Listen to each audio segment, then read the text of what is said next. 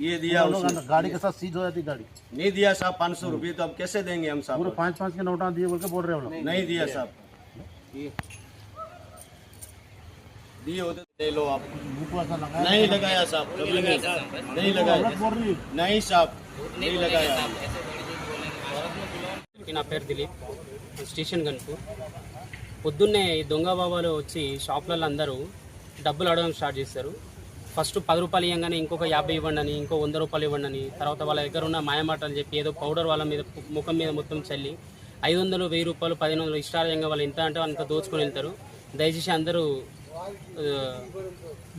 జాగ్రత్త పడాలి, అందరూ జాగ్రత్తగా ఉండాలి. ఇలాంటి దొంగ సాధులు వచ్చినప్పుడు ఎవరిని రానియకండి, 1 రూపాయి కూడా ఇవ్వకండి.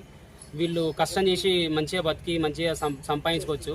కానీ ఇలా దొంగతనానికి పాల్పడి ధర్మం పేరుని ఖరాబ్ చేస్తూ, రాజ్యం పేరుని ఖరాబ్ చేస్తూ వీళ్ళంతా తిరుగుతున్నారు. కాబట్టి అందరు జాగ్రత్తగా ఉండాలని కోరుకుంటున్నారు. ఇలాంటి వస్తువులు మీ చేతికి ఇస్తారు, విభూతి ఉన్న ఒక రుద్రాక్ష, ఇవన్నీ ఫేక్ అండి. ఇవేవి నమ్మొద్దు. డబ్బులు మయం చేసి ఏదో విభూతిలాగా మీ చేతిలో పెట్టడం, ఇవన్నీ వీళ్ళు చేసే మాయాలు. వీళ్ళు అసలు నమ్మొద్దు, జాగ్రత్తగా ఉండాలి.